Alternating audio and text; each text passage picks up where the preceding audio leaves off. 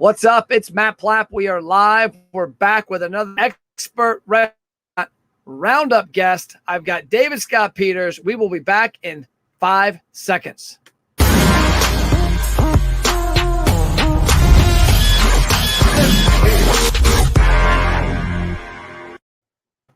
I'm getting fancy on you, aren't I? Hey, it's nothing like growing, improving, making things like pow. I like it. It matches your company and your personality. Thank you. So we are on the road. This is about day 8 in the Mercedes van. It heads to North Carolina in a week, but in a parking lot, random place, interviewing my man, David Scott Peters, Phoenix, Arizona. Tell us 20 seconds who you are, what you do. Well, I'm a guy who's been coaching independent restaurants since 2003. I help you change your life, hit restaurant prosperity, freedom from your restaurant, and the financial freedom you deserve by implementing systems just like the chains. There's a system, a process, a way to doing anything and everything in your business, and it's your way, which allows you to then have managers so you can impose your will without being there. Like it is getting freedom from your business and make the money you deserve. That's what I do. Okay, love it. My topic I wanted to talk about today is something I hear a lot about. It's probably the most common question I see on groups on Facebook and LinkedIn with restaurant people.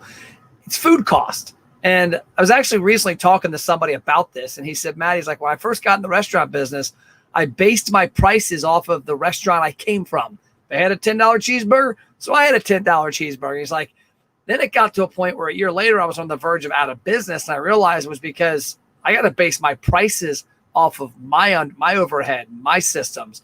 Talk about what you see with regards to restaurants and food cost and pricing and things of that nature.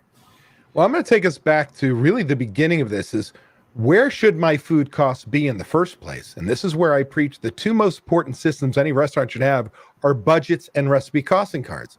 Matt, I know you're going to find this hard to believe, but the two systems most restaurants, independents never have are budgets and recipe costing cards. Like they are critical to your success. Now I start with budget because we have to then talk about the concept prime cost, total cost of goods sold plus total labor costs, including taxes, benefits, and insurance. In the old timers, we were told that the target was 65%. So for every dollar that comes in, you spend 65 cents in people and product to deliver that product.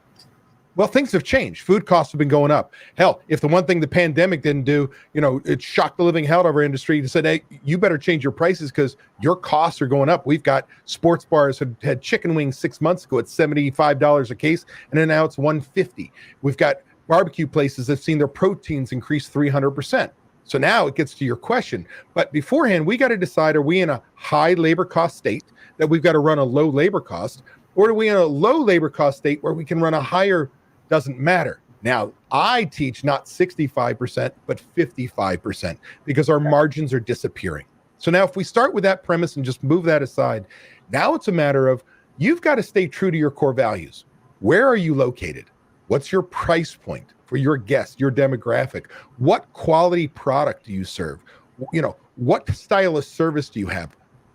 This all goes into pricing your menu and what we need to be. So first we start with our budget target, then we stay true to our core values. And then I know you're going to find it hard to believe, but it goes into recipe costing cards. Like if you don't have recipe costing cards, you are throwing your profitability, what I call dumbass luck. How the hell, name any other industry, Matt, that you've ever worked in, worked with, worked for, where they put a product out and they stare at it and go, $13.95. Right out of the rear end. Man, they know exactly. When you sold boats, you knew exactly what you bought that boat for, what you need to sell it for in order for your company to make money, right? Yeah. Oh, yeah. We had inventory sheets that said, hey, this is a 21-foot Skeeter bass boat. Here's the motor. Here's the trolling motor. Here's the GPS. And here's the labor associated with getting that GPS on the boat. And you marked up from knowing exactly what you were paying for what you were selling. What happened if your sales manager said, I generally know what these boats cost, so I generally know what I should sell them for? You'd go bankrupt, no? Yeah, they're gone and we're gone. So why is it in the restaurant business we let our chef or kitchen manager go, I don't need recipe cards, I generally know. Like I know. That's not a freaking system. That's a prayer. And just let's hope we get lucky. And You can't even follow the guy down the street anymore because the guy down the street doesn't have recipe cards either. So why don't we just follow him off the bridge? Let's jump with him. So it really doesn't make a lot of sense. So it starts with knowing what every item costs you. And once you do that, then we get into this nasty mathematical term called a weighted average. Basically this, if I've got a cost of every item I sell, plus from that expensive cash register we call the point of sale system, most important piece of equipment you'll ever buy in your restaurant, when we have the data of exactly how many we sold, we can come up with what your food cost is based on your customers, your menu. If there was no waste, no theft, no spoilage, perfect restaurant, which does not exist. And so when I find that number and I look at my budget, there's a couple things go through my head, Matt. I go, number one, a typical restaurant runs 7 to 9 points above ideal. Perfect restaurant. We will never be perfect. So 7 to 9 points, which gives us a lot of room. Sometimes it's not, Cisco or US Foods, Benny Keith, any of the broadline distributors, they're screwing me. My price of cheese went up. No, it's what you do with the product. Like, yeah, that'll move the needle, but there's 7 to 9 points of what you're doing wrong in your kitchen on a day-to-day basis. So when we can fix some of those, we can get to a point where maybe it's not a price increase that I got to do. Maybe it's some other changes. The other part is this. You're going to be, if you're a rock star kitchen manager or chef, I want you 2 points above ideal, 1.5 to 2 points. So you're never going to be perfect.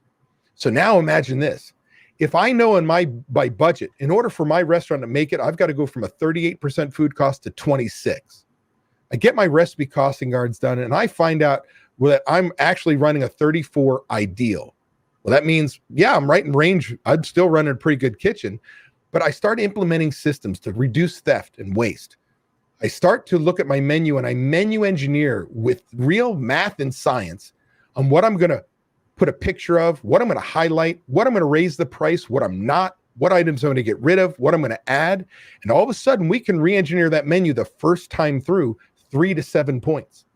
And all of a sudden by doing that, by fixing the kitchen mistakes, by re-engineering the menu, buying different products, reducing costs, but never reducing quality, we can get to that 26. And that's a real life story with one of my Mastery Plus members we did just during the pandemic. In order to survive the pandemic, we went from 38 to 26 without changing the concept in any way. 12 points. Wow. And it's wild you mentioned that. I came from we had 3 places today. We stopped by and we did America's Best Restaurants features. And ironically, I'm in the kitchen. My man David over here is filming. And I'm watching, after he gets done, I'm watching one of the guys make a pizza for a customer. And I can see him getting his ingredients. He gets the bag of this cheese. Well, he has a bag of cheese, so it's measured perfectly, right? And he ends up only getting about 65% of the pizza covered. So he looks at the pizza, looks at the bag, throws it, gets another one. And I'm in my mind going, wow, that's not supposed to be on that pizza. I don't know what that little bag of cheese costs, but if you multiply that times 30, 40, 50 times a day, 365 a year, it's like, no wonder your food costs are out of whack. That's right. That's right. And so that goes into one of the easiest things that you can put in place to start to control your food cost is management. Someone on every shift responsible to make sure they're all doing things the right way. Because if we just throw more employees at it to manage the restaurant, it's a sure recipe for losing money. Yeah, and that's when I sent you the message, what I want to talk about. To me, I look at food costs because, food costs obviously dictates what you should be charging at the end of the day. But then also there's got to be SOPs in place to make sure that food cost stays there, because you get a guy like Matt Platt back there who doesn't know. You look at the cup. Is that 1 cup or is that 3 cups? I don't know. It looks like a lot of bacon. Let's go. Next thing you know, chicken wings you mentioned.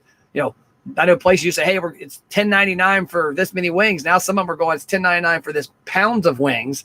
Right. But you've got to make sure you know what you're selling.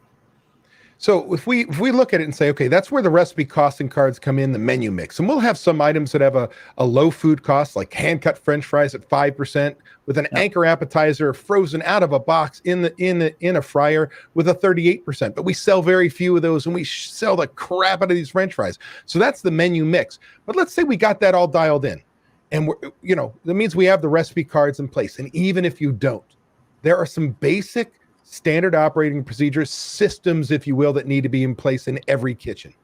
And it starts with, believe it or not, checklists, opening and closing side work checklists. Because here's the deal. If you don't have a clean kitchen, if I walk in and your gaskets look shitty, you've got grease underneath, all the equipment that are on rollers for a reason.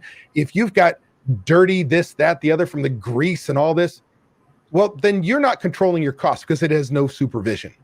Yep. But past that, now we implement two very simple systems, clipboard systems. One I call the key item tracker, where we're counting 5 to 15 items every shift from what we started with, what we prepped, brought out, what we sold, and what we mathematically should have on the shelf, and then we go verify.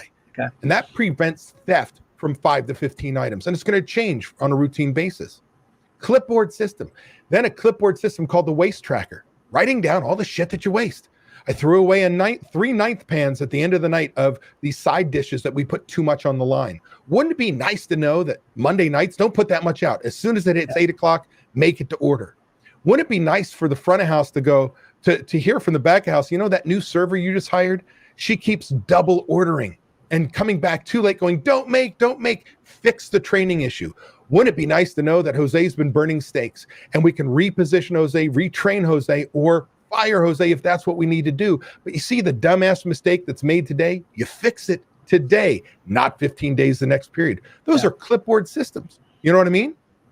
Yeah, it's kind of comical you bring that up. I'm remembering a story a friend of mine, Bob, told me. This is probably from 10 years ago. And this is before I was really this deep in the restaurant world. But he's like, Matt, one thing we got to put in place is systems that catch theft. I said, how bad is it? He goes, well, I didn't think it was that bad.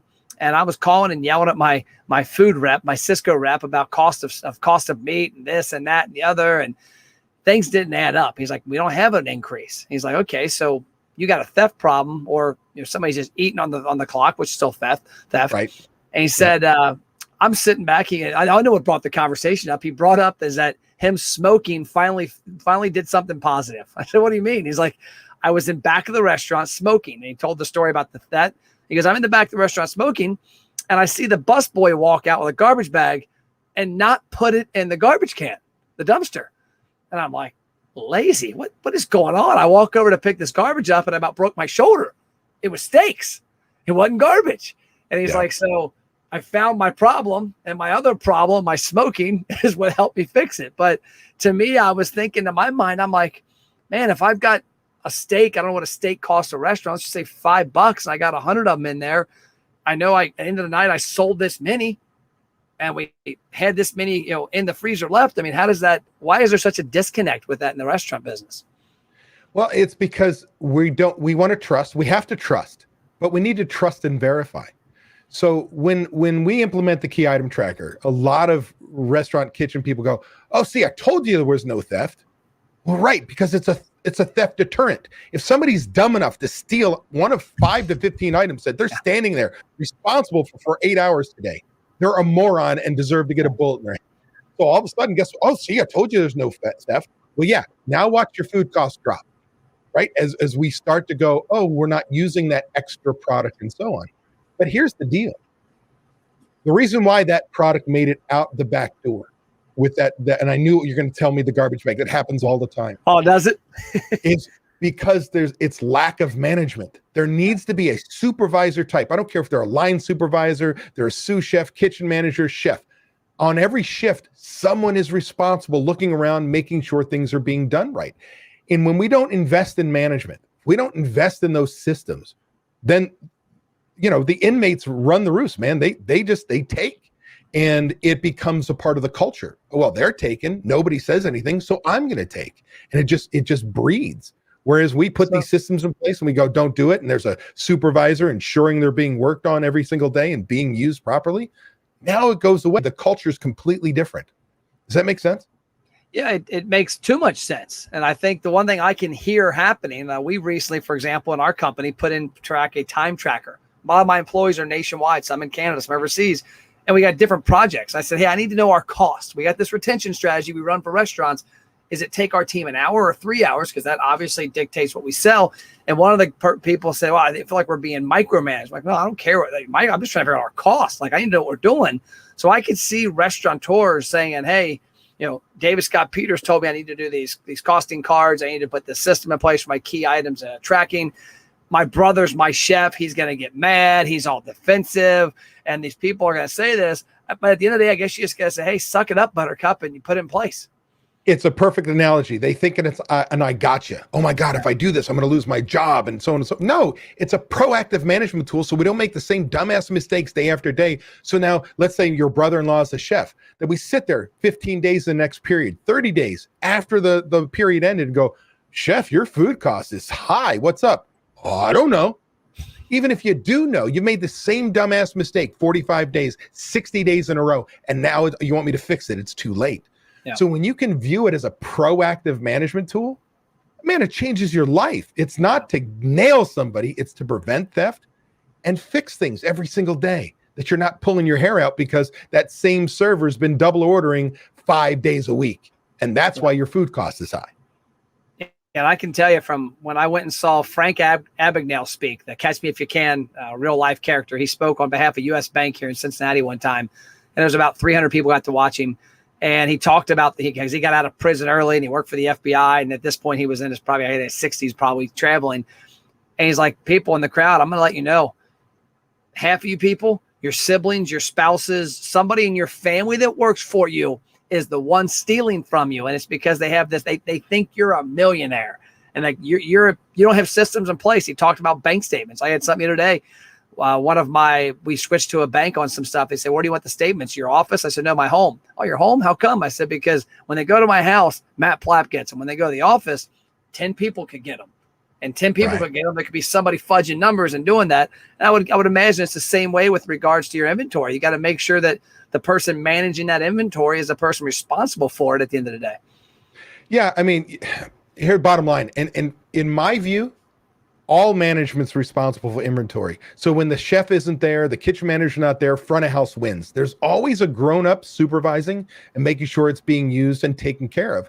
Because if we split our culture into the front of house and back of house, oh, that's not my department, that's not my fault.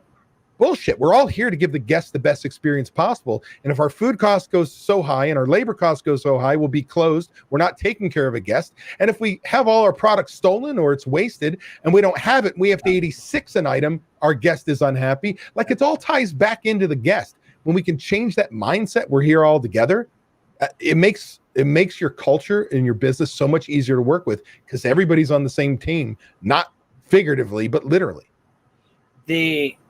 The irony of this is I'm not a crazy numbers guy like you would think, like probably I would need to be if I was a restaurateur with regards to the menu cards. But 2 weeks ago, there's this product I get when I travel to Florida called Energy Bites. I don't know if you ever seen it out there. Protein balls. They got protein, peanut butter, coconut, chocolate chips, oats. They're delicious. And I could only get them at this place in Florida. I'm like, you know what? I'm going to figure out how to make them. And so a friend of mine gave me her recipe. I recreated them. They're pretty good, right, David? They're so good. But one of the first things I did, I don't know why I did this. I was just curious what it cost me. So I literally made 2 batches, figured out how to make them. And then the third batch, I got all the ingredients out. I figured out how much, this has 10, I can do 10 different batches. I can do 3 out of this serving. And I came up with my cost, and every ball cost me about 74 cents. And to me, that was just basic. I have a hard time comprehending that so many restaurants are out there making, corned beef hash and this egg omelet and these pizzas and don't know exactly what's in it because, man, that's a rocket ready to blow up. Well, there's 2 major reasons behind that. Number one, we buy into the excuses we're too busy. Cry me a frickin' river. You're in the toughest business I know. This is a non-negotiable. You work for me. We're going to know what things cost. You can't put a special out every day without a recipe costing card, me blessing that we're going to make money on it. Yeah. So we buy into the excuses, I'm too busy and so on. The other is sometimes people don't know. Believe it or not, as simple as that process is, a lot of people don't know, they don't understand the importance of yield. Ending weight divided by beginning weight to come up with our true per ounce cost because we bought this romaine lettuce and we only got to use half of it. But the value is the full case, but we got to use half of it. So we know that it's not, 10 cents an ounce, it's 20 cents a usable ounce. It's knowing that we've got to do that. We're a manufacturer. Before we start any recipe cards, we start with our batch recipes. That's any soup, side dish, dessert, sauce, component in a dish from diced onions to cut carrots, whatever it may be. Because we're a manufacturer, we get this product from other people, put it in a pot.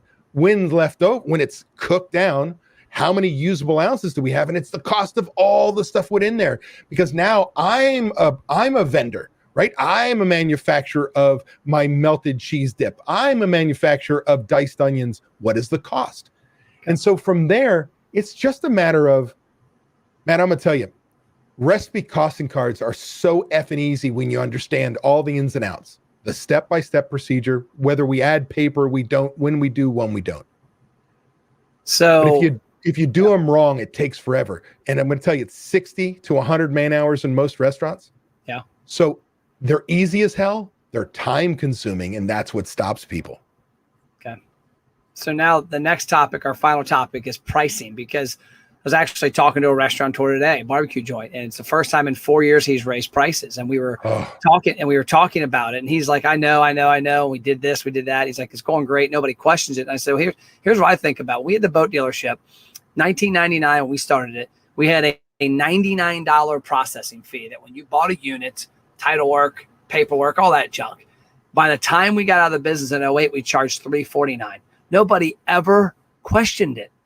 And I think in the food world, I was at a restaurant recently where their fountain pop was 99 cents. I said, dude, I'd be at $249 if I was you, because that's what that guy's charging. I don't even look at the receipt. I just get a pop if I want a pop. I'm not going, oh, it's 99 cents more than it was last month.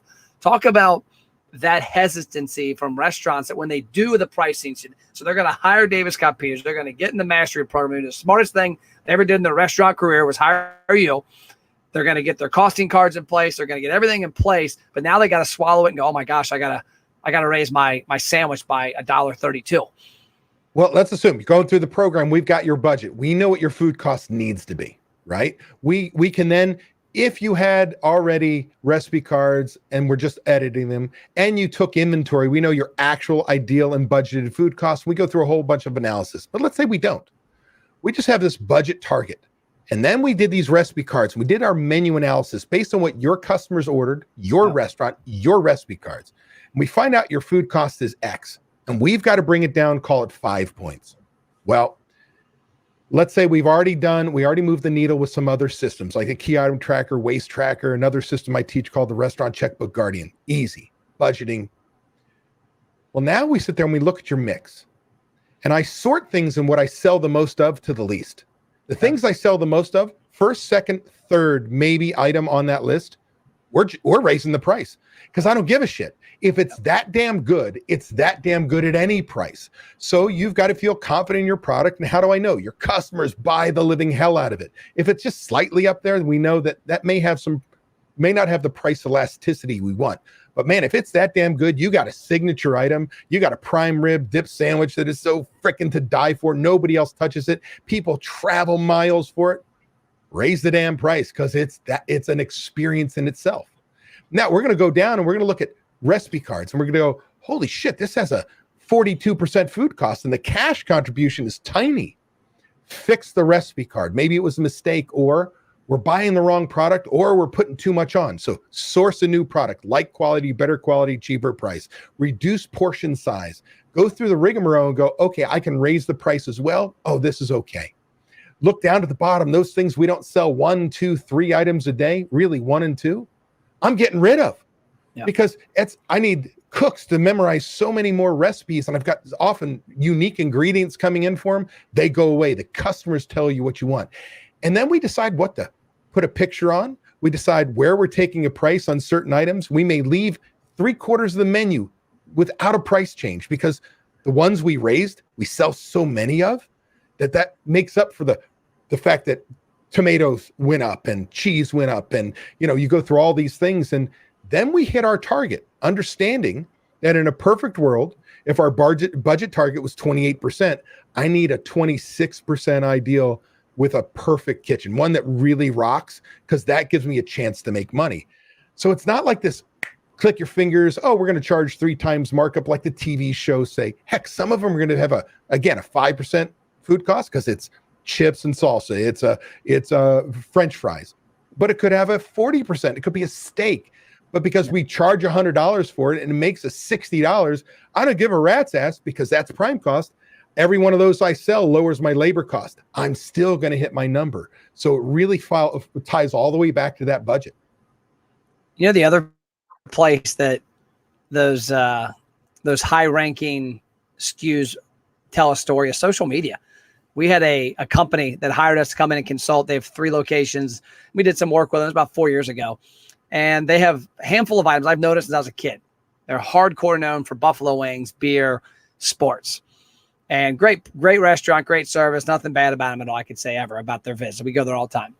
And we're looking at their social media and we're looking at their PMix. Well, their social media team and their management decided that they really, really, really wanted to sell a lot of wine and a lot of fish tacos and a lot of these other items. And I asked them, do they sell? No, nobody buys them. I said, well, you know what? Also, nobody does what? Nobody engages in the content. Like we went to their Facebook, fish tacos, 1 like, beer, 300, UK basketball, lots of likes, wine night, 0. And I'm like, you know, I know you want to have a famous wine night. You want to have fish tacos, but your sales don't say it. And your social media sure as hell supports the fact that your sales don't say it. Yeah, your customers tell you what they want. I mean, it's often when we do some menu engineering, we're like, we've got to drop this meatloaf. Oh, that's my Aunt Louise's meatloaf recipe. We got to have it. I said, dude, it shows that you average selling 1 a day, which means you don't sell 1 on Tuesday or Wednesday. You sell 2 on Thursday, nothing on Friday, and maybe 3 on, or whatever the rest on Sunday, which means you have a cook on the line who gets the order, takes the ticket, and goes, shit, I made that in 3 months, because it's random. Yeah. Like, give your customers what they want, not what you want them to have. That's that's really interesting. I never thought about the social media part, because I would almost reverse it and say the people who are posting, they're posting the shit they like. Yeah, it's comical, because a lot of times I think the restaurants get these ultimatums. I've seen it. Hey, we got to sell more wine. We got to sell more. Well, you're not a wine restaurant. You're a beer and UK basketball. Live it and own it. Quit trying to be wine because all of a sudden your wife's on a wine kick and all her girlfriends want to come by 1 day a week. And that's when you start trimming back, because when they tell you, like, so I ran sports bars as a franchisor and brew pubs and as an independent, and we were 2% or less sales were wine.